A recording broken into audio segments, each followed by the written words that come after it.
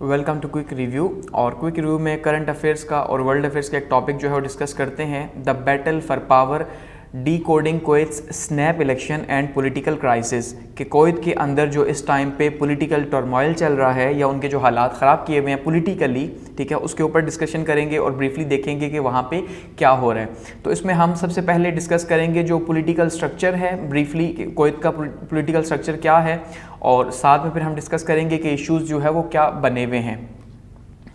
तो स्टार्ट करते हैं। अब सबसे पहले देखिए जो इलेक्शंस हैं वो होने जा रहे हैं जी 6 जून 2023 को, यानी कि जो जून का महीना है इसी के अंदर जो है वो इलेक्शंस होंगे इनके। और ये जो इलेक्शंस हैं, अब कुवैत जो है वो ये थर्ड इलेक्शन है कुवैत के, किसमें 3 सालों के अंदर, और 10th in 2006 कि ये 3 साल के अंदर तीसरे इलेक्शंस हैं। सबसे पहली बात तो आपने ये समझनी है जिसकी वजह से पॉलिटिकल टर्मोइल बना हुआ है। और 2006 के बाद से लेके यानी आज 2023 है तो ये 10वें इलेक्शंस हैं। इसका मतलब ये है कि 2006 के बाद से मुसलसल जो है वो पॉलिटिकल इंस्टेबिलिटी जो है वो कुवैत के अंदर बनी हुई है, जो कि एक ऑयल रिच कंट्री है मिडिल ईस्ट के अंदर। और 207 कैंडिडेट्स जो हैं वो इस टाइम पे मुकाबला कर रहे हैं जी, और 10 ईयर्स की लो, सबसे लो यानी कि इस टाइम पे लोग खड़े हैं, अगर वो 10 ईयर के सबसे कम लोग इस इलेक्शन के अंदर खड़े हैं। इसका मतलब ये है कि लोगों का जो पॉलिटिकल प्रोसेस से जो एक एतमाद होता है, जो कॉन्फिडेंस है, वो कम होता जा रहा है। कुवैत पॉलिटिकल क्राइसिस की अगर हम बात करें तो ये फ्यूल्ड कैसे हुआ है जी, गवर्नमेंट के बीच में और पार्लियामेंट के बीच में एक बिल को लेके, यानी एक बिल जो है उस बिल की वजह से, इसको हम आगे डिस्कस करेंगे, कोई लोन का बिल है, उस बिल के ऊपर जो है पार्लियामेंट कुछ और कहती है, गो कि यहाँ पे ऑटोक्रेसी है, जमहूरियत नहीं है, डेमोक्रेसी नहीं है, ठीक है, कंप्लीट जमहूरियत नहीं है। तो उसके ऊपर जो है वो एग्जीक्यूटिव कुछ और कह रही है और पार्लियामेंट कुछ और, तो उसके ऊपर ये पॉलिटिकल क्राइसिस बने हुए हैं। और मल्टीपल रेजोल्यूशंस हो चुकी हैं रिसेंट मंथ्स के अंदर, यानी कि बार बार जो है वो असेंबली डिसॉल्व हो रही है। 1 साल के अंदर ही ये दूसरे इलेक्शन है, आप अंदाजा कर ले 1 साल में दूसरे इलेक्शन, तो इससे आपको पॉलिटिकल इंस्टेबिलिटी का अंदाजा हो जाएगा। इनकी जो नेशनल असेंबली है उसकी 65 सीट्स है, ठीक है, और more influence than other Gulf monarchies, कि यहाँ पे भी है तो बादशाहत, इसको हम डिस्कस करेंगे ब्रीफली। तो देखिए है बादशाहत कुवैत के अंदर, लेकिन बावजूद इसके यहाँ पे थोड़ी सी बेहतर बादशाहत है, या आप कह लें बादशाहत के साथ साथ में जमहूरियत का जो यहाँ पे ट्रेंड है, नेशनल असेंबली भी मौजूद है, तो अल्टीमेटली थोड़ा सा असर ज्यादा है, जिसकी 65 सीट्स हैं। 50 सीट्स जो है वो डायरेक्ट इलेक्शंस के थ्रू जो है वो होती हैं, इलेक्ट होती हैं, और 15 जो है वो अपॉइंट की जाती हैं जी, किसके थ्रू, जो मोनार्क हैं या जो अमीर साहब हैं, अमीर कुवैत जो हैं, वो क्या करते हैं, नॉमिनेट करते हैं 15 सीट्स को। और नो लीगलाइज पॉलिटिकल पार्टीज हैं, कैंडिडेट्स जो है वो आज़ाद ही इलेक्शंस लड़ते हैं, यानी यहाँ पे पॉलिटिकल पार्टीज का कॉन्सेप्ट नहीं है, तो इसलिए जमहूरियत वैसी नहीं है, आज़ाद आप खड़े हो सकते हैं। अगर थोड़ा सा पॉलिटिकल स्ट्रक्चर कुवैत का देखें और उसकी थोड़ी सी बात करें, तो देखिए पॉलिटिकल स्ट्रक्चर में सबसे पहले नंबर पे आते हैं जी अमीर साहब।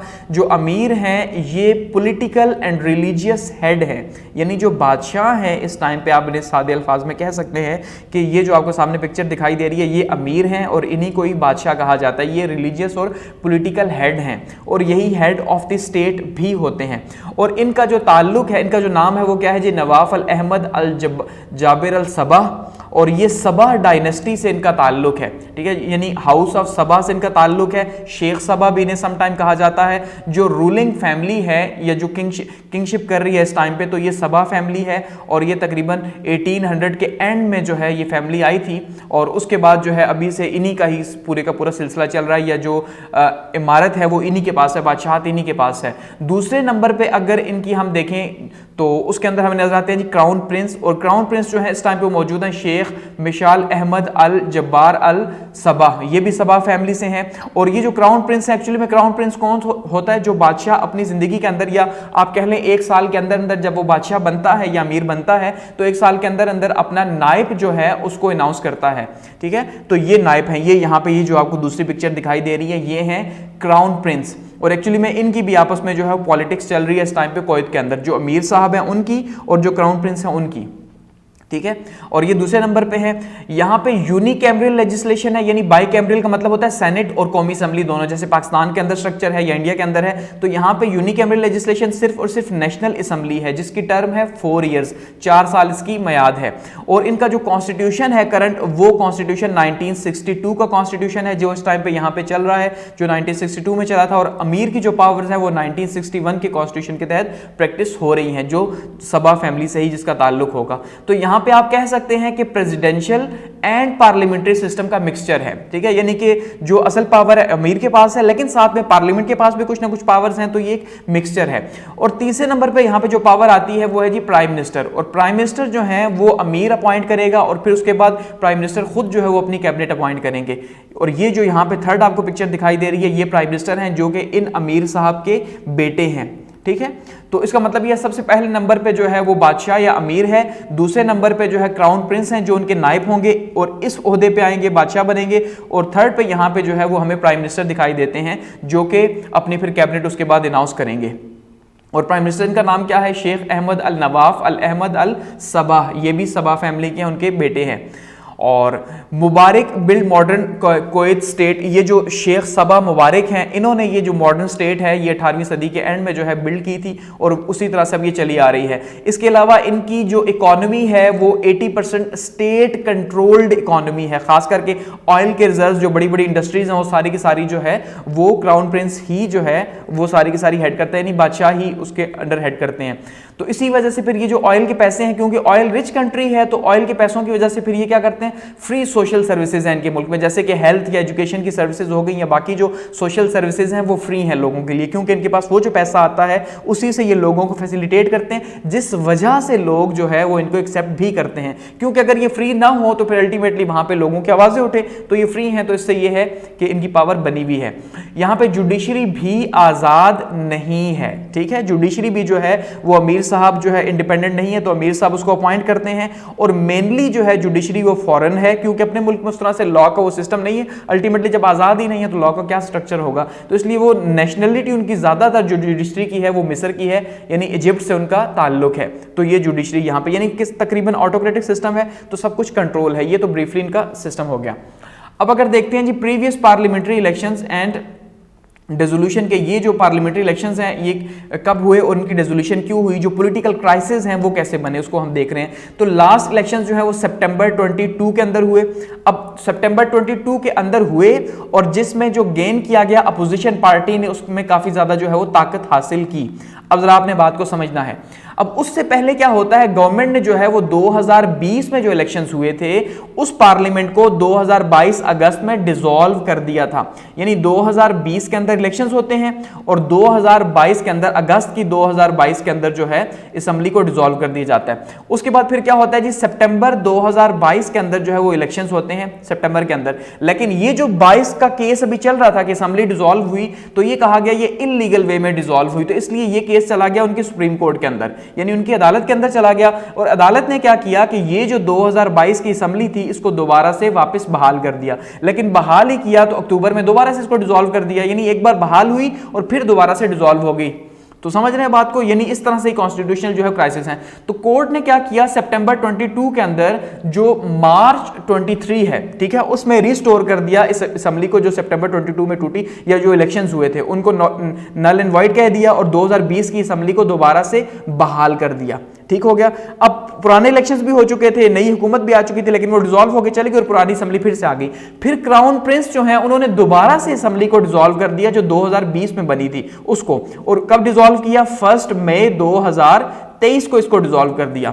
और ऐसे में फिर क्या हुआ, अब जो इलेक्शंस होने हैं वो होने हैं 6 जून 2023 को इलेक्शंस होने हैं, क्योंकि 2 माह के अंदर अंदर आपने इलेक्शंस करवाने होते हैं जब भी असेंबली डिसॉल्व हो कुवैत के अंदर। तो अभी जो है वो 1 महीना तकरीबन गुजरा है, तो अब ये दोबारा से 6 जून को इलेक्शंस होंगे। तो ये है क्राइसिस की वजह।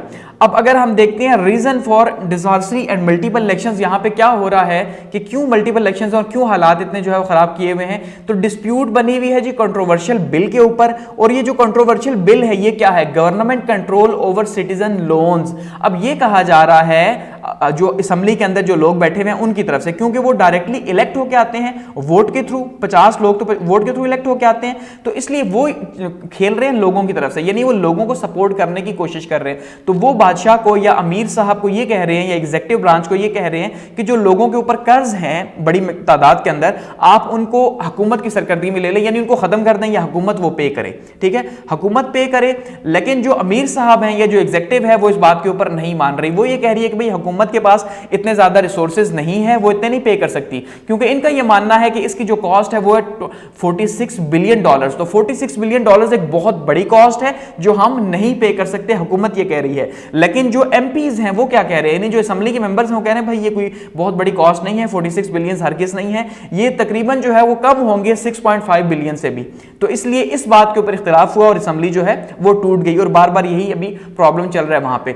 तो इंपैक्ट अगर हम देखते हैं इसके अंदर क्या है, तो वहां पे इसका इंपैक्ट ये हो रहा है कि जो सोशल सर्विसेज हैं उनके ऊपर बहुत बुरा असर पड़ा है, खास करके हेल्थ की और एजुकेशन जो है वो नीचे जा रही है इस वजह से, क्योंकि जब पॉलिटिकल स्टेबिलिटी नहीं है, पैसा तो बहुत है लेकिन अल्टीमेटली जो है वो हेल्थ की सर्विसेज, हॉस्पिटल्स वगैरह, उनका वो जो चेक एंड बैलेंस है, ये जो एजुकेशन इंस्टीट्यूट्स का है वो नीचे जा रहा है। और दूसरा, बहुत सी जो इन्वेस्टमेंट्स होनी थी, ठीक है, जो इन्वेस्टमेंट्स ऑयल रिजर्व्स की, अब क्योंकि उसमें भी प्रॉब्लम्स बने हुए हैं, तो उसमें बहुत से इन्वेस्टमेंट होनी थी जो कि चीजों को आगे लेके जाती है, मुल्क की जो इकोनॉमी है, ठीक है, उस इकोनॉमी को आगे लेके जाना था, वो भी नीचे है। तो इसका मतलब ये है, एक तो सोशल सर्विसेज के ऊपर इंपैक्ट हो रहा है, तो वो लोगों को, आम लोगों को वहां पे जो है उसके लिए, उनके लिए मुश्किलात हैं, और दूसरा जो फ्यूचर है वो भी काफी ज्यादा इस वजह से खराब हो रहा है, क्योंकि जब इन्वेस्टमेंट्स नहीं होंगी तो अल्टीमेटली उसका रिजल्ट कैसे फ्यूचर में आएगा, तो ये चीजें इनको इफेक्ट कर रही हैं। अगर हम देखते हैं सिग्निफिकेंस ऑफ प्रीवियस इलेक्शंस की, तो देखिए उसमें हम ये देख रहे हैं कि ये कहा जा रहा था कि जो पुराने इलेक्शंस थे, 2020 की बात की जा रही है कि 2020 के जो इलेक्शंस थे वो रॉयल प्रॉमिस था कि भाई न्यू एरा जो है वो स्टार्ट होगा कुवैत के अंदर। ये कहा जा रहा था कि कुवैत के अंदर एक नया जो है वो एरा स्टार्ट होगा और चीज़ों को बहुत बेहतर करके लेके जाएगा, और जिसमें मेजॉरिटी जो है वो अपोजिशन को मिली थी और उनको जो है वो काफ़ी ज़्यादा पावर मिल गई थी, और इसी के साथ साथ जो वुमेन्स थी उनको भी यहाँ पे पावर मिली थी और वो भी वापस असेंबली के अंदर आई थी। अगर वुमेन्स के हवाले से बात करते हैं तो उनकी रिप्रेजेंटेशन 51.2% है इस टाइम पे, ठीक है, यानी मुल्क के रजिस्टर्ड वोट जो हैं उसमें 51.2% तो औरतें हैं, खवातीन हैं। तो उनकी रिप्रेजेंटेशन कब हुई? 2005 से। तो कुवैत के अंदर जब औरतों को वोट के हकूक कब मिले? 2005 से मिले, और जिनकी रिप्रेजेंटेशन कितनी है? 51.2% है। तो सितंबर 2022 का जो इलेक्शन हुआ उसके अंदर जो है वो सारे के सारे तकरीबन मेल ही हमें देखने को मिले, यानी मर्द ही सारे देखने को मिले। तो उसके बाद अब जो ये उम्मीद की जा रही है कि दोबारा से औरतें वापस आएंगी, और ये जो 6 जून के इलेक्शंस है इसमें 207 के करीब जो है वो खवातीन भी हिस्सा ले रही हैं। तो इसका मतलब ये है कि दोबारा से औरतें भी जो हैं वो क्या करेंगी जी, पॉलिटिकल सिस्टम के अंदर, कोई के पॉलिटिकल सिस्टम के अंदर वापस आएंगी। तो एट दी एंड ये इलेक्शंस काफ़ी ज़्यादा इंपॉर्टेंट हैं। इलेक्शंस इंपॉर्टेंट इसलिए हैं क्योंकि इस पे कंट्री का जो, कुवैत का जो पॉलिटिकल फ्यूचर है वो बेस करता है। न सिर्फ पॉलिटिकल फ्यूचर बेस करता है बल्कि इसके साथ साथ जो इकोनॉमिक फ्यूचर है वो भी बेस करता है, क्योंकि देखिए जब तक माशी इस्तेहकाम नहीं आएगा तब तक जो है वो, यानी पॉलिटिकल इस्तेहकाम नहीं आएगा तब तक माशी इस्तेहकाम नहीं आ सकता, और खास करके पाकिस्तान से ज़्यादा हम इसे और कहाँ प्रैक्टिस कर सकते हैं। तो इसलिए बहुत ज़्यादा इंपॉर्टेंट इलेक्शन है, और ये देखते हैं अब इसका क्या रिजल्ट निकलता है और क्या होता है। लेकिन फिलहाल तक कुवैत के जो हालात है वो कुछ ज़्यादा अच्छे नहीं हैं।